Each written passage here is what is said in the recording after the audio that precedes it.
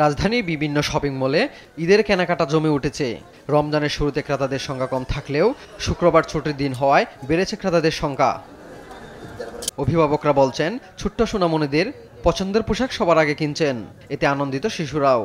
আমি হচ্ছে আজকে 3 পিস কিনবো, কিন্তু আমি যা যা কিনবো তাই আমি সব কিছু কিনবো। আমি আমার আম্মুর জামা কিনবো আর আমার ভাইয়ের পাঞ্জাবি কিনবো। আমার ছোট বোনের কাপড় কিনবো আর হচ্ছে লাইক জুতা, ব্যাগ এসব আর কি।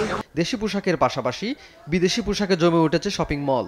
ক্রেতারা বলছেন, পাঞ্জাবি, সেলোয়ার কামিজের দাম কিছুটা বাড়তি। পোশাকের গুণগত মান ও ডিজাইন আরও বাড়ানোর দাবি তাদের। দামের ব্যাপারে একটু সচেতন হওয়া উচিত। দাম মনে হচ্ছে গতবার চেয়ে এবার একটু বেশি মনে হচ্ছে।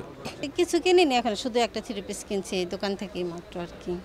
মানে 3 পিসগুলাই বেশি পরা হয়, ওইটাই বেশি পছন্দ। কালেকশনগুলো ভালোই, কিন্তু কোয়ান্টিটি কম আর কি। কোয়ান্টিটি একটু ভালো হলে ভালো হয়। দাম আসলে আগে থেকে একটু হাই। বিক্রেতারা বলছেন, সব ধরনের কালেকশন তারা দোকানে উঠিয়েছেন। রমজানের শুরুতে বেচাবিক্রি কম থাকলেও প্রথম শুক্রবারে বেড়েছে ঈদ কেনাকাটা। বর্তমানে পাকিস্তানি ড্রেস আছে আমার কাছে, নুটস, তাওয়াক্কাল, আপনার মারিয়া, বিন হামিদ, সব কালেকশনই আছে আমার কাছে। আর ইন্ডিয়ান কিছু আছে, বিপুলের মাল আছে। আমাদের পাঞ্জাবিতে সারা পাচ্ছি, কিডসে সারা পাচ্ছি, সব কিছুতেই আশা করি সারা পাচ্ছি, আরও পাবো সামনে।